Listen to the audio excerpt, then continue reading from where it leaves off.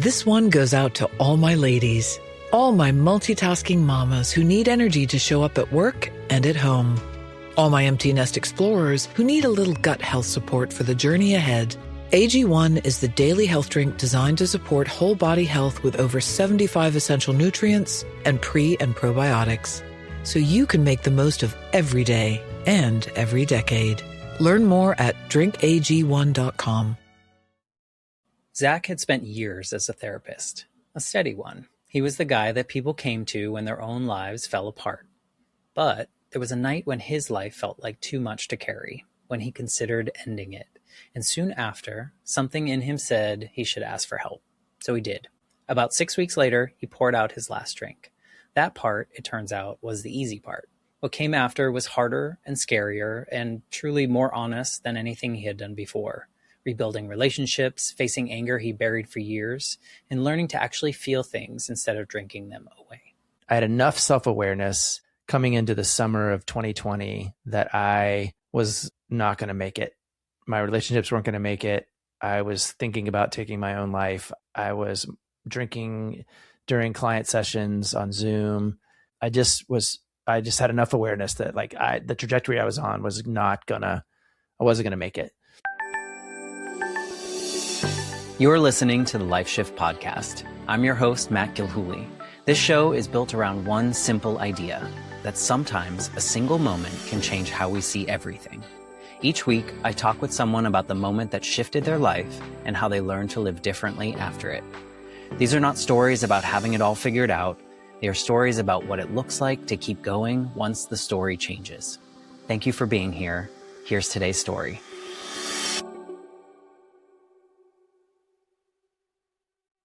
Hello, my friends. Welcome to the Life Shift Podcast. I'm here with Zach. Hello, Zach. How you doing? Do you want the honest answer, or do you want? I want you the honest. Yeah, sure. Tell me give me the honest answer. Why not? I am tired, but all good. Today I had my first, what I'm going to call my first paid, expert, earned speaking gig. So that was kind of fun, but also stressful. Okay, cool. Did you go somewhere, or did you do that from your studio? No, luckily I did it from right where I'm sitting, and it was nice. But I have a problem with the word expert, so okay. It was interesting going in, but once I got there, on point. Yeah. So it's pretty cool. Well, you've earned your fatigue, it sounds like. Yeah. How are you doing today? I'm good. Real answer? Yeah. No, I think today I'm good. Thursday is usually my day off, and I feel like I just don't have a lot to complain about right now. I think that is the real answer. I feel like that's a good response. I like that. Thanks. Yeah. Well, thank you for wanting to be a part of the Life Shift Podcast. It has been crazy to think of a younger version of me going through this life shift moment that nobody could help me with at the time. My mom died, and people around me did not know how to help an 8-year-old. And I just assumed everyone needed to see that I was good enough that they also wouldn't leave. And I assumed that role for 20 plus years, and finally got to a place where I dealt with the grief and moved through it in an appropriate way and faced it. But now I get to talk to people about not necessarily the same type of moment, but moments that draw lines in the sand in people's lives. From one second to the next, things change. And it doesn't all have to be trauma. It doesn't have to be bad things. It can be like someone woke up one day and wanted to quit their job and move to Italy, and so it's just such an honor to see myself in so many people's stories, even though our stories are wildly different. And it just reminds me of that old cliche saying that we have so much more in common than we don't. Yeah. I've been saying that everything has already happened and everything's going to happen again. Like everything that has happened, it happened to me. I was at a bar with some friends, and we're 53-year-old guys in the booth, and we're watching all these like 20, 30 somethings on their corporate event standing there, and they're just going through the motions. They're doing this the same old scripts, the same old speeches. So it's like nobody is, I guess we're all unique, and yet we're all kind of grappling with the same stuff all the time. Yeah. It's I don't know. It's kind of fascinating to me that we can feel the same. I guess it's silly to say this out loud now, but that we can feel the same emotions and those kind of things about and like empathize with someone else, even though what they're doing or going through is not the same. So it's like weird, but also makes total sense because we're human.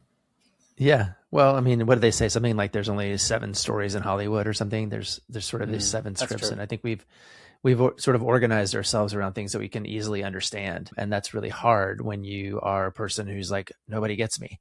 It's those tensions are always at work, and it's kind of bizarre. I feel them for myself. I watch them in my kids, and I see them in my clients. And yet I'm keenly aware that like, I'm the only one on this journey that I'm on, Mm-hmm. Yeah. Well, thanks again for wanting to share your story in this way and go down whatever avenues we go down. But before we tell your specific story, maybe you can tell us who Zach is in 2026. Like, how do you show up in the world these days? How do you identify? Yeah. Well, I am a husband. I am a father. Those 2 things really do, I think, define me right now, mostly because as I look around the world and I see all the things I can't control the environment. I can't control the government. I can't control whether or not the United States is going to win the World Cup. I think about what I can control, which is my marriage, or at least I can control how I show up in my marriage and the way I show up as a parent, particularly right now when my kids are sort of leaving, they're launching. And, I've been saying for a couple of years, I think parenting young adults is harder than parenting young kids. And it's a shift. It's a real shift. And then professionally, I'm a couples therapist. I'm in private practice. About 95% of my practice is with couples. And so that's kind of how I organize like my time. Is I'm in conversations all the time with people who are trying to figure out how to make their relationships work. And I'm alongside that same conversation because I'm trying to figure out how to make my relationships work. So that's probably the quickest way I could define how I'm showing up right now. Yeah. It's a lot of responsibility you've given yourself, but in probably a very rewarding way. I love my job. I'm in exactly the right job for me. I'm never bored. I get to do a lot of really cool work with people who are asking for help. I think that's the only thing my clients have in common is that they're asking for help. Yeah. And it's fun to be in conversations with people who want help, Yeah. Asking for help is probably one of the harder decisions that I'm sure you understand in parts of your life, like asking other people for, like, I can't do it by myself. I need some help. And it's a big thing. But when we get there, we're so lucky that people show up and help us in those ways. Yeah. Yeah. So to get into your story, I'd love to hear the before version of Zach. So can you paint the picture of your life leading up to the main pivotal moment that we're going to center today around? And you can go back as far as you need to kind of give us that context. Yeah, I love this question because, I think we do organize our life in before and after moments. There's before this, before that, before, and when I'm talking to clients who are doing therapy, maybe for the 3rd or 4th time or something, I'm like, well, what we want is for you to have this client experience be a before and after, like not really before and after me, but before and after we asked for help or before and after we did this. So it's a theme that I resonate with quite a bit. For me, the before and after moment that I am most oriented to right now is basically before and after I got sober, which was about 5 years ago. And what I tell people is that I had a problem with alcohol long before I had a drinking problem. Like my first drink was on my 21st birthday, but even before then I had a relationship with alcohol that was weird and strained and confusing. And I was sort of convinced that, I had bought into a bunch of stories about my grandfather and about my father. And I had bought into a bunch of stories that I had seen on television and kind of what alcohol was doing. I was looking around at my friends, and I kind of grew up in the say no to drugs moment. So, if you drank, you were definitely going to crash your car. And that there in the parking lot of my high school, there was a car that was destroyed by some kid that we were all supposed to know. And like his flesh was in the car. Like it was in it. Like I was like, this is going to kill me. Mm-hmm. I thought for sure I was going to turn into Mr. Hyde the second I had a drop of alcohol. And then I turned 21 and I had a drink and I didn't. turned into Mr. Hyde. I was fine. And I was like, oh, this is interesting. And then I kept being interesting and interested in this thing that was in my life. And for a long time, I was good. I was fine, you know? And what I realized was that let me put it this way. So I started drinking for a long time. You could look at me and just call it normal social drinking. Then it kind of escalated once my kids got born. And then I started to kind of think, oh, maybe I have an issue here. And so I would quit for dry January, or I'd quit for 90 days at a time, or I'd quit to train for a triathlon or whatever. And, you know, none of those were before and after moments that I look back at now and think, oh, that's a shift. That's the thing. In part because, go ahead. I was going to say, were those more of like, see, I'm not addicted. I can a little bit quit for this period of time. Yeah, a little bit. That. Or not even to others. It was more like to me, like, could like, oh, I can. Okay, good. And I come back and, you know, the same old story. It always got worse. And then COVID happened and I just went off the rails. Like some people got healthier and they like took up new hobbies, and I took up drinking. I took up day drinking. I took up hiding my drinking. I took up, you know, I took up blaming the world for my drinking. I mean, like all of it. And then the shift for me was asking for help. I knew that I was not going to make it if I didn't. And I was lucky to have somebody. But the thing that I key on here is my last drink was on November 13th of 2020. By Thanksgiving, I was done thinking about alcohol. I didn't have any, I'm unusual in that way. But I also exposed pretty fast that when I quit drinking, Mr. Hyde didn't go away. Like I was still really angry. And I still do identify anger as my drug of choice. Like anger is the thing that I then began to really take seriously and kind of recover from.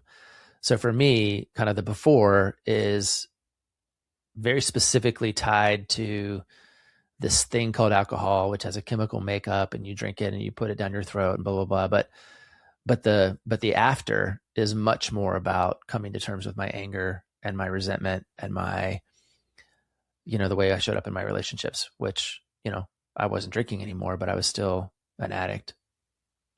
So you mentioned you had this interesting relationship with alcohol before you even had alcohol. Like you saw it in others and you were sold stories, and I'm sure some of those stories came from, you know, like, oh, well, I'm not going to say I'm sure, but were those stories things that formed in you that you felt like, oh, this is the way I'm supposed to show up in the world? Or was it more of a warning for you? No, it's just more of like I guess it would be more of a warning. There are two kind of things that I think about a lot, and I kind of just don't know why. And one is this poem. It's a Theodore Rothke poem it's called My Papa's Waltz. Do you happen to have any idea about My Papa's Waltz? But it's about this little boy who is dancing on his father's feet while he's clinging to his waist, and he can sort of smell the whiskey on his breath. I probably read it in 7th grade, and I knew that was something.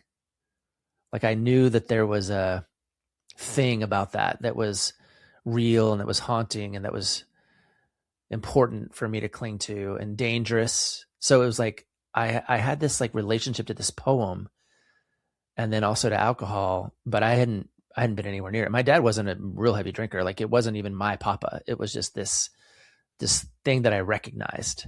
Interesting. And then the other one was this scene out of the movie Who Framed Roger Rabbit, which I actually think is the greatest movie of all time. And I'm not kidding. Love it. It's the first movie I saw in a theater. Yeah. Well, I saw it maybe 8 or 9 times in the theater because I was this scrawny, funny, insecure little kid who, you know, wanted to get the girl. And, you know, there's that scene where he takes a shot and when he does, he turns into this blaring like siren. He goes up in the air and his eyes pop out of his head and he spins around and everything in the bar kind of gets destroyed because it transforms him.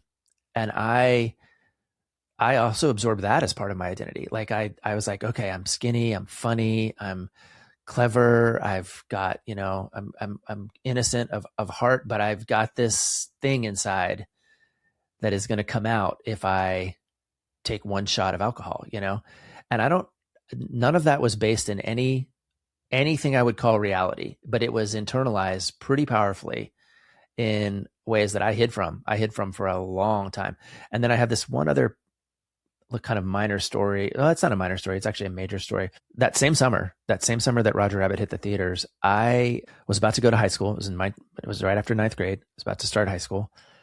And my dad made me a deal. He said, "You're going to start high school, and you're going to be tempted to, want to party and hang out and do the things." He goes, "And it's okay with me if you want to drink. If you want to be a guy who drinks, that's fine, as long as the first time you drink is with me." And we weren't close. We were not friends. I did not trust him, so I took the deal. I said, "Okay, I accept your terms," and I didn't drink. I didn't drink one drop until I was 21 and out from under the terms of the agreement, because of my anger, because of my pride, because of my fear, but because I was too, proud to let him have that kind of influence in my life. And all of that is still present in me and for me. And I think about it a lot. I think about that poem a lot. I think about that movie a lot. I've had to see that movie 100 times. My dad's dead. He's been dead for 10 or 12 years. We were estranged for about 10 years before that. And he's a minor character in my story now, but my grappling with anger I had to come to terms with how I felt toward him, So that's been a big part of my recovery process. And I think there's so many people that can relate to that. As you had that type of relationship as a teen, or even younger, whatever that might have been, were you someone that was able to express how you were feeling, or do you think that you bottled things up? Okay. I was, yeah. I had places to go, Okay. I trusted my mom quite a bit. We were quite close. I recently had this realization that my family of four was always two families of three. The two families of three were my mom, my brother, and I, and then my dad, my mom, and my brother. So either he or I was on the outside. But when I belonged, I really did belong. I just needed to belong in places that he wasn't a part of, And he wasn't, listen, you didn't ask me this, but I want to say this. I've come around on him. Like, he had a hard job parenting me and my brother, and he was unskilled and under-equipped, and he, I don't want to say he did the best he could, because I don't like that phrase for people, because I think that's a little bit lazy. But I get that if he didn't do the work that I have done to parent my kids, who are hard, and to do that through the lens of something like recovery, yeah, I get that he fucked it up. It would have been really easy for me to fuck it up, and in fact I did, which is why I ended up getting sober. So my kids hit that age, 13, 14, and I was like, I had some stuff to confront for sure. I think of that kind of thought with my father too. Like, did he do the best he knew how to do with the tools that he had at the time after my mom died? Yeah. Did he do everything right? No. And he would proudly admit that he tried his damnedest, but it wasn't good, because he had no tools. His parents didn't equip him with anything, and the society wasn't talking about those things. Guys were just dads, and moms took care of everything. So he played the role until he had to do both. And so I do resonate with that idea of, like, yeah, he did do the best he knew how, but I get what you're saying about, like, he could have done better. Yeah, this is a thing, this idea of, did our parents do the best they could? Yeah, but that doesn't, I don't know. I think it's like, should they have done better? Yeah, they also should have done better, Yeah, I think it's both. And I think that the trick is when that human that maybe we see could have done better, when they realize that they too should have and could have done better, they just didn't know how, and they did not ask for help. All going back to that original thing. Like, you knew probably when you were going through your situation and you weren't showing up as the best parent that you could have. You knew that you probably should have asked for help sooner, but like you were in your own mess at the time. And I think that's very common for people. And it's easier said now than when you're directly in the situation, but I think it makes a lot of sense. And it also makes sense why you would harbor those feelings and kind of keep them as an anger bait. Would you call it an anger bait? Yeah. I mean, literally anything is anger bait for me. I can get angry about anything, okay. So, and it's almost fun now. Okay. So that's something that you're still battling? Yeah, 100%. But like I said, it's kind of fun. Right now I get angry and I go, oh, hi. Okay. Are you going to run the show right now? Or do we have options here? And I have actually taken a great deal of comfort in learning how to like suss that out and sort of audition other opportunities to show up, other ways to show up. I think I relate to that, not the anger part, but for me, for a long time, I struggled with grief, but it showed up as all different sorts of things. And there was so much shame around the fact that I was still feeling sad or depressed because I hadn't dealt with anything, but I just assumed that shame, and it would make me mad. Like I would be like, why are you such a loser? Like your mom died 20 years ago or whatever it is. Like get over it, like figure yourself out. But I wasn't ready yet. I wasn't doing that. And now I'll slip into moments in which I feel depressed. And now it's more like, oh, hi, are we going to do this? Like it's same kind of concept where like I acknowledge it. It's there. It's okay that it's there. And I just move through the world knowing that it's there, and I move with it. So is that similar to what? 100%. Yeah. It's sort of like, I don't know. I've really started to understand that like you're going to feel what you're going to feel. And then if you can learn how to say, oh, it's not a good time, or it's not your turn, we'll get you, you can have a turn in a little bit. We still need to, feed these kids, or we still need to see these clients, or we still need to, I don't know, show up, take the garbage out. Like you can have your turn a little bit later. It's not so much a rejection of the feeling or a rejection of the reality. It's more like just an honoring and then a putting it in its place. What I've become aware of is there's a part of me that's kind of like the director.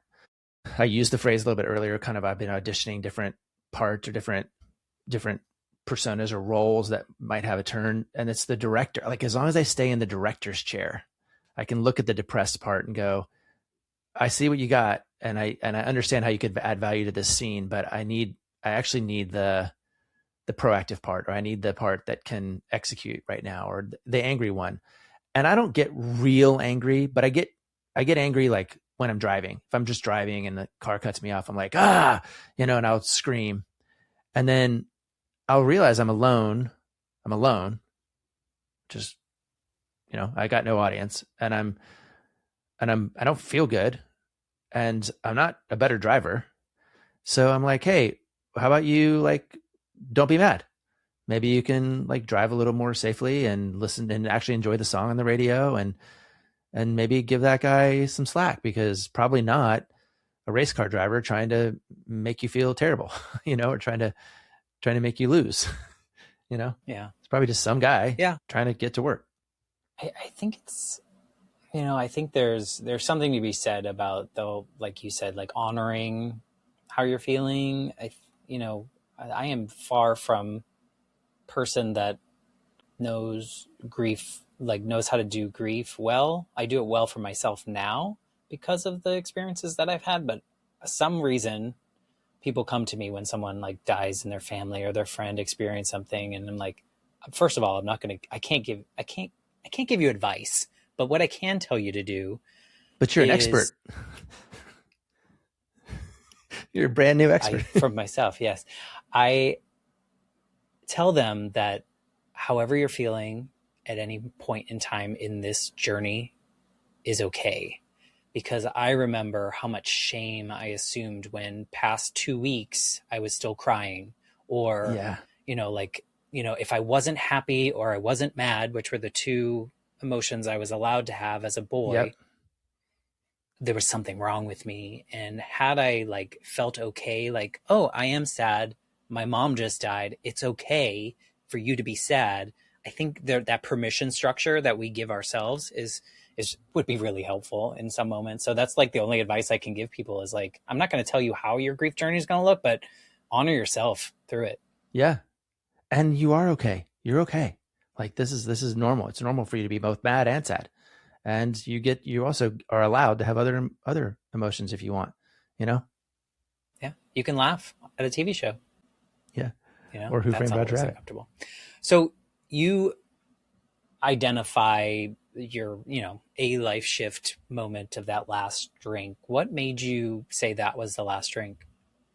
Again, I have a little bit of a I don't know, a little bit of a unicorn story in this regard. Is that I had enough self-awareness coming into the summer of 2020 that I was not going to make it. My relationships weren't going to make it.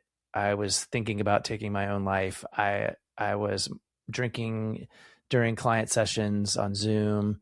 I just had enough awareness that like the trajectory I was on I wasn't gonna make it. One of my kids confronted me in a pretty powerful way. I give her a lot of credit for that. It was very brave for her. There's a series of videos that I did that summer for Vanity Fair. They hired us to talk about, me and my podcast partner, to talk about relationships like in Disney films and other films and stuff. If you look at those and you look at the guy in those videos, he's dying. I mean, he is bloated and weary and just, I mean, it'll come across my feed every now and again. I'm like, oh, it's just shocking. And I had enough people in my life who were concerned. And I just finally asked this one guy that I knew, I was like, hey, I gotta get some help. And he was like, okay, I'll help you. And I didn't even quit drinking. I asked for help first. And then I quit drinking. And in fact, I was probably another month after he technically kind of enrolled as my sponsor. I had a sponsor before I ever went to a meeting, before I worked a step, On the 13th of July, 13th of November, I sat down in a parking lot with some friends, and I had bought a 6-pack, and I drank 3 of them in the parking lot, and I drove home with my kid in the car, and I drank 2 more at home, and I was halfway through the 6th one, and it was about to be midnight, but my favorite number was 13. So I said, nope, I want the 13th to be my last day. So I poured it out. On the 13th, and that was it. That was it for me. That's not a lot of people's story, right? A lot of people have like a DUI, or they get caught doing something, or they get fired or whatever. And I just chose in the span of about a month and a half to go from nearly taking my own life to putting it down. And then the guy that I'd asked for help, his name is Dave, was like, all right, let's get to work. It was like, he was like, all right, that's the easy part. let's do this. And so we started to work. I worked the program. I worked the 12 steps, but it very quickly became about my need to grapple with the kind of this Mr. Hyde character that was inside and wanting to run the show and blame everybody else for all my problems. And so I don't know. I feel very fortunate that I had people in my life who love me, and that I had enough self-awareness to kind of call it out for myself. But yeah. And then again, I would have to give a lot of credit to my oldest daughter, who was like, Dad, you gotta knock it off. Like it's her story to tell, so I'm not going to get into it, but she laid down the law in a very, very, very powerful way for me. And I'm, kind of around then is when everything started to kind of come into focus. And then I was on the path. I was just on the path at that point. So. Yeah. So, I mean, forgive me if this is incorrect, but it sounds like the easiest part of your journey, as weird as it is to pour out that final drink. Yeah. And then your journey got harder. Yes. Would you say it got scarier, harder? It got more truer. Worthwhile? It got more honest, like I said, I'd quit drinking so many times before, but I had never confronted what was underneath it all. I had never dealt with the reality that I had.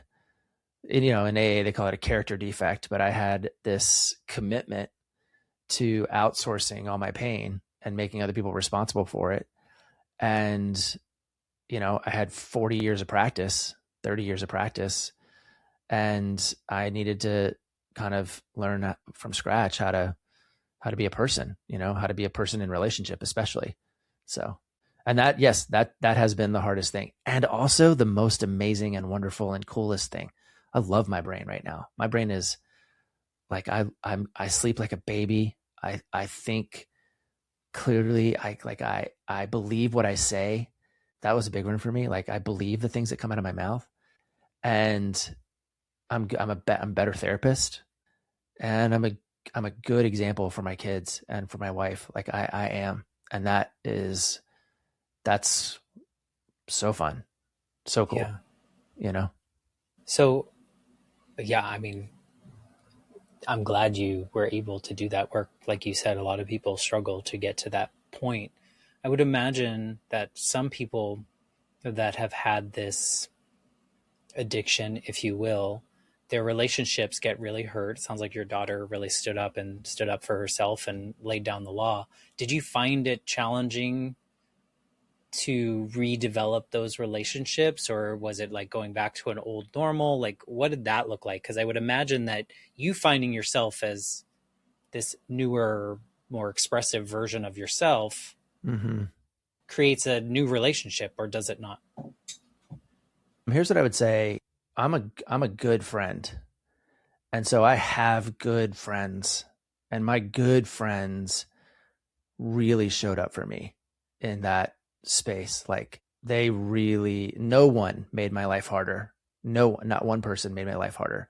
Did they need like amends? Sure. Yeah. And did they accept that? Absolutely. But everyone made my life easier in that way. And again, I feel very, very, very fortunate in this space. I have this story. It's actually it's not even a year old, about, I think, the only time that I would say I got close to a relapse. And it was right after last November 13th, my wife, who's also in recovery, came home from one of her meetings, and she handed me a 5-year chip. And I was like, yeah, I deserve a 5-year chip. That's 5 years is a big deal. I'm the shit.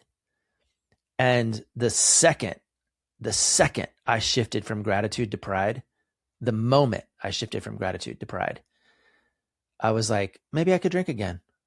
Maybe I do deserve, maybe I've paid my dues, And I remember it really clearly. I actually have my relapse fantasy. I've rehearsed it so many times. I know exactly what I'm going to do, which is interesting, because that actually protects me a lot because of what I'm not going to do. Like, I'm going to a wedding this weekend. That's not my relapse fantasy. I'm going to go to a big open bar wedding, and I'm going to be fine. But if I'm alone in an airport and I'm angry or ashamed and my flight gets canceled, I'm going to belly up to the bar, and I'm going to ask the bartender to line them up for me. And I was ready. I was ready. And I just called Dave, and he didn't answer the phone because it was late. And then I just went to bed, and I slept like a baby, and I woke up, and I went to work, and I just went back to gratitude. So I'm grateful for my friends. I'm grateful for my wife. I'm grateful for my kids. And that's not a tactic. That is the posture that I carry so that I can stay on the path. I don't think that's the question you asked me, but that's where my brain went just now. Yeah, no, I think it's important. I think you did answer it, because the question is, or the serious part for a lot of people that are finding sobriety and that sober life, is the support around them.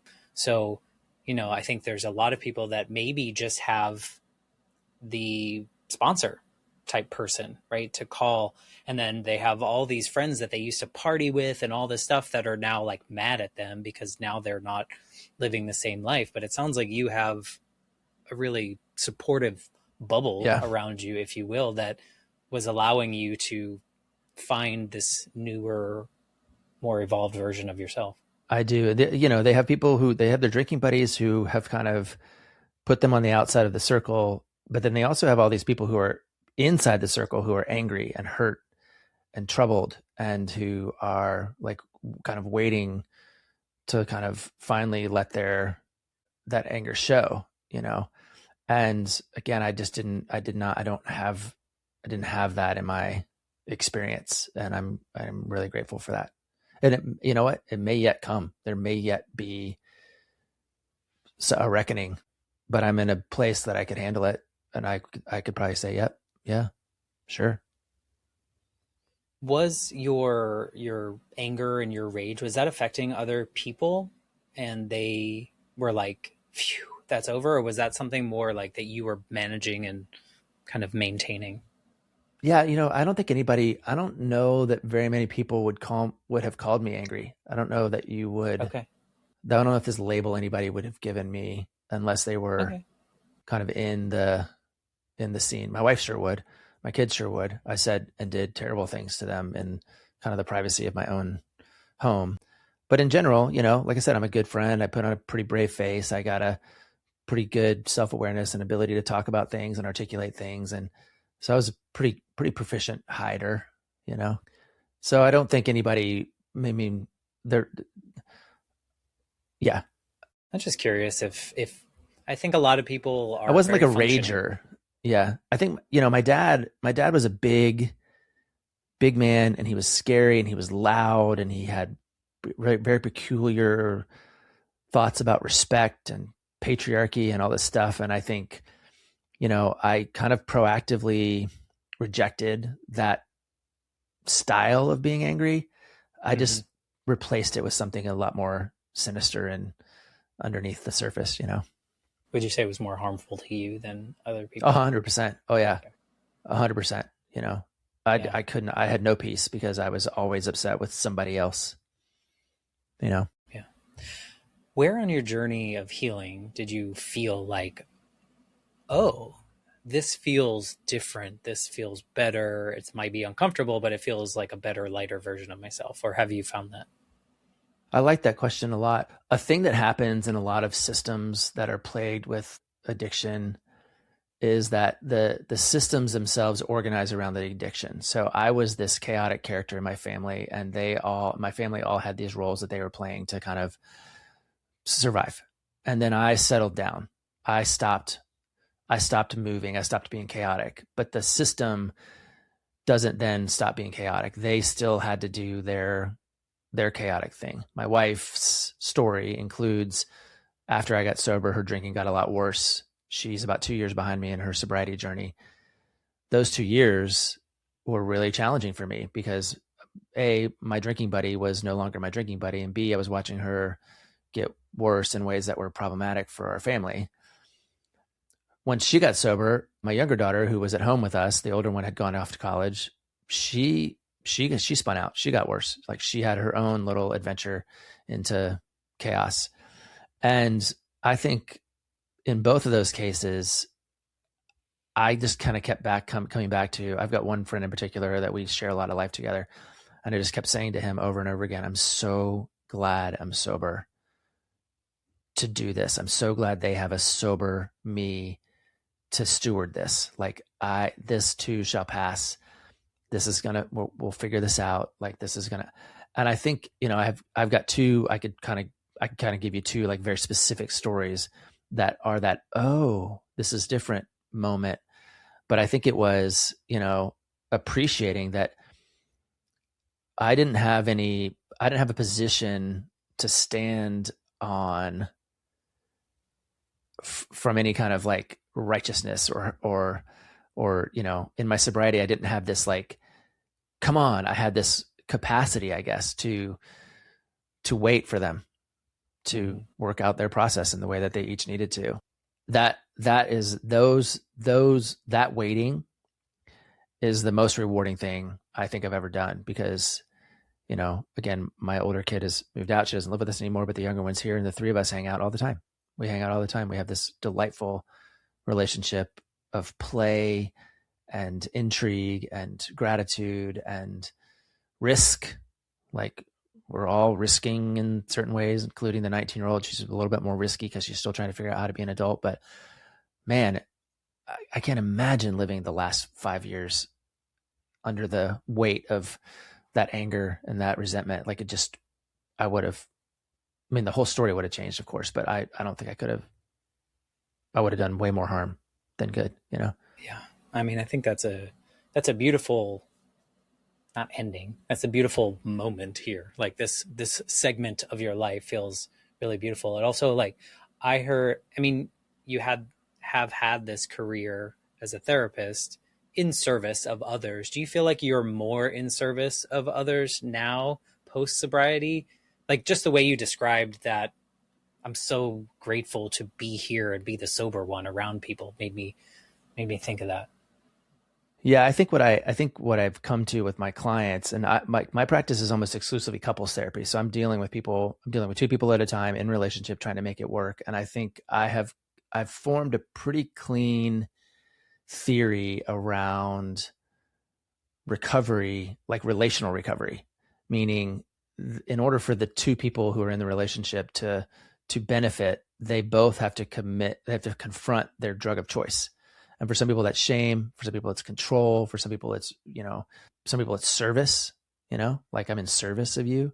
For some people it's, I don't know, it's sacrifice or whatever, but you have to confront. So I do tips and tricks and tactics all day long, but you put tips and tricks and tactics in the hands of somebody who's addicted to control or to anger or to shame or even to kindness, they're not going to be very effective. So from the place of confidence that I have about my own confrontation of my drug of choice being anger, I get to talk about tips and tricks and tactics with an extra layer of nuance, I suppose, like it's not just the object, it's the subject, they both work together. So you can tips and tricks and tactics there's nothing new. You can go to a bookstore right now and go on YouTube and get them all, but who's using them? I recently went into my own therapist and she was like, how's it going? I was like, I don't want to be here today. And she goes, who doesn't want to be here today? I was like, you bitch. Like, don't you start. But she was right. Like, who didn't want to be here? It was the fatigue guy, the angry guy, the guy who was willing to just wanted to phone it in that day. And she called me up. She called somebody else up. She goes, is anybody else available? Can we have the guy who's spending all the money? Good. Cause I bet he would like to get his value out. So maybe don't let the guy who's going to waste the money be here. I was like, thank you. Appreciate it. Sometimes it's like, oh yeah, you're right. Thanks. Yeah. Thanks for pointing that out. But that's why we need people like that in our lives. Oh my God, I love her so much. If she ever tries to retire, I'll be like, nope, you can get rid of every client except for me. Like, I'm keeping you on retainer forever. When did you start going to therapy? I guess 7 years ago. 7 years ago. We just counted the other day. So okay. First thing I ever said to her was, I have a problem with drinking. I don't know if I can quit. And then she was with me for 2 years before I put it down, or a year and a half. Wow. So, and this was, you were already a therapist before this? Oh yeah. Yep. Okay. Yep. Interesting. Not interesting in a bad way. That sounded really, really. Yeah. No, it is interesting. It is interesting. It's the what is it? It's the emperor who has no clothes kind of thing. It's cobbler's kids who have no shoes. My wife say that all the time. Cobbler's kids have no shoes. I was like, thanks. Well, she called me a fraud to my face, told me I was ridiculous, the whole bit. I mean, I deserved it, I was a really good therapist. I am a really good therapist, but I was just putting on a costume, executing and then clocking out and getting drunk. And to be fair, I wasn't coming at it from that angle. I think it is interesting that you were a therapist and you weren't actively seeking therapy, but what's the question really comes from men accepting that therapy is a good thing, is a healthy thing, is not a sign of weakness. It's not everything that growing up we were told, or I was at least, like you only go when you have a major problem. And yet nobody put me in therapy with my loss. So it was kind of like a weird thing that I didn't really find until I was in my 30s. Yeah. Because people weren't talking about it. have a little bit of a take on that, which is that I think therapy is amazing and good. And if you find the right therapist who can meet you where you need to be met, it's ideal. But people don't need therapy. People need change. And therapy is a thing that can help them change. 12 steps can help you change. A good YouTube guru can help you change. A good small group can help you change. A good self-help book can help you change. A good meditation practice can help you change. Like I have some grace for people who are like, I don't like therapy. Okay, fine. But do you want change? Because then you got to find the thing that's going to facilitate that. And I'm a guy, my therapist, her website says she's a good therapist for people who think they're too smart for therapy. I was like, yep, that's my gal. And she's right. Like, sign me up. Yep. She's exactly right. She's a good therapist for someone who thinks they're too smart for therapy. And that was me. And now I'm just really grateful that I have the opportunity to visit with her. I'm down to like once every 3 weeks. So. And now you're going to keep her employed until. Yeah. Until she's done. But you know what? Let me tell you something. I'll answer your first question again. She canceled on me today. I usually see her on every third Thursday. And she texted me this morning. She said, hey, my kid's going to the ER. It's not a big deal, but I'm not going to be available this afternoon. And I was like, it's okay. I'm okay. Like, you're okay. I hope you're okay. Like you asked me, how am I doing today? I'm doing good. Like, and I'm not dependent upon this valuable resource that I have, but I'm so grateful that I have access to it. Yeah.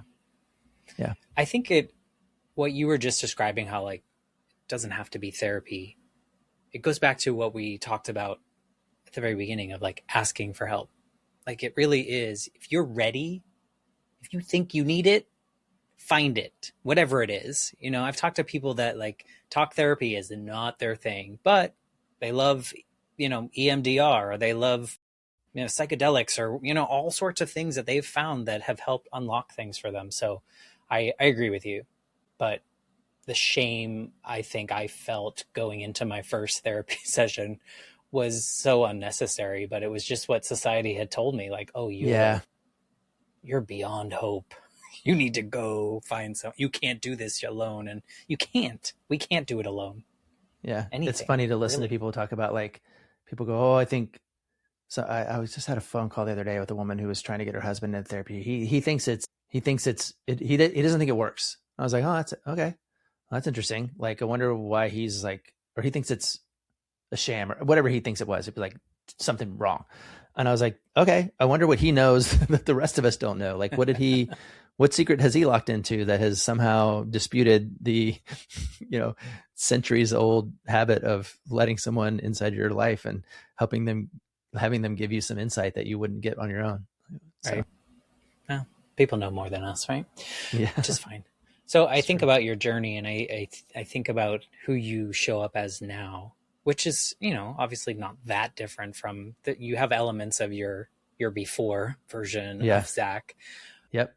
Is there anything that like this current version that you're really in tune with yourself would want to say to like the guy that was thinking of taking his life, or not, still in that really drinking phase? Is there anything that you would want to let him know about? Like, if you could, this is a really, really tough one, because I have probably two really different answers. But the reality is, I am aware that I have never once learned a single thing before I was ready to learn it.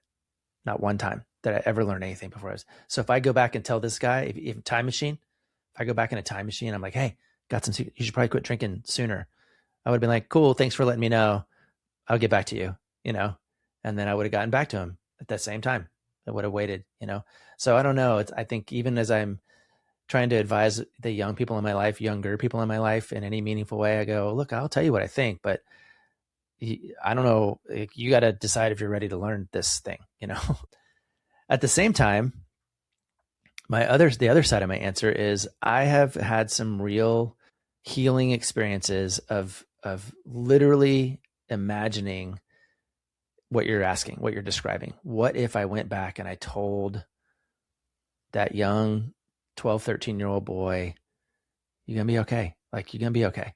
Like, what if I did walk in the room, time machine, and say, hey, I'm you, and we got a fucked up journey, and there's a lot that happens, but you do get the girl, like you do. And you get to and you vent two other girls, and they're amazing.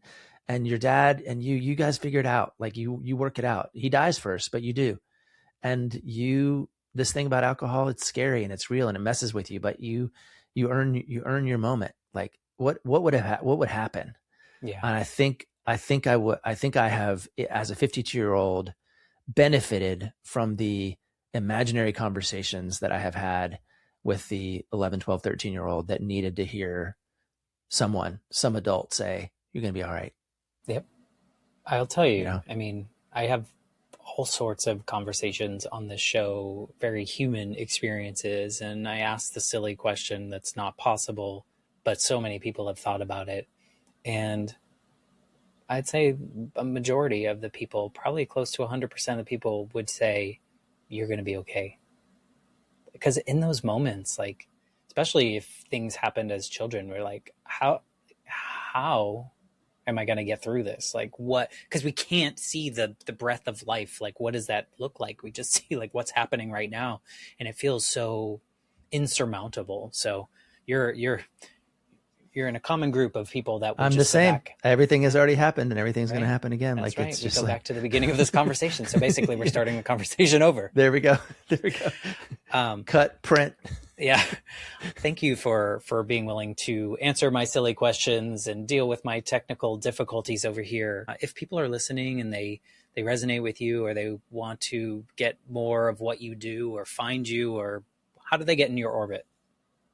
Well, the easiest way is I have a podcast that comes out every Tuesday. It's called Marriage Therapy Radio. And the format of that podcast is I talk to different couples just about how they make their relationship work. So I have found a tremendous benefit of being in conversation with people who don't think like me. And most of us, our end sample is pretty small. It's my parents, your parents, maybe our neighbors, some people we saw on TV. And so over the last year, I've gotten to talk to, say, 52 different couples. And if you're interested in just kind of hearing how somebody makes it work, then that's a cool place to visit. And then I'm on Substack like everybody else. I've got a blog. It's called Stuff I Write, because I write stuff. And I am learning how to post over there things that feel important to me and relevant. So that's a good way to go and just kind of check that out, or subscribe or visit. I don't, whatever. All the things. So, and then the internet is easy. You know my first and last name. You can find me. I always say that because yeah, really? Well, I'm not the only. I mean, I don't know of any other Zach Brittles, but yeah, maybe. Well, yeah.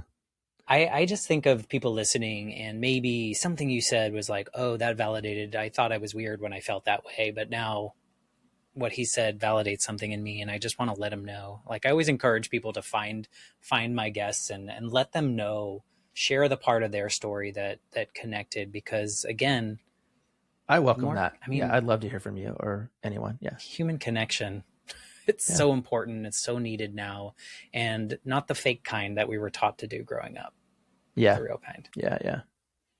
Cool. Well, thank you, Zach, for being a part of this. Thank you, Matt. Yeah. No, this is fun. I appreciate it. And I will say thank you to everyone listening. As always, it's been such a beautiful 4+ years now of doing this show and having these conversations and having all the listeners come along for the ride. So with that, I'm going to say goodbye, and I'll be back in a couple days with a brand new episode of the Life Shift Podcast. Thanks again.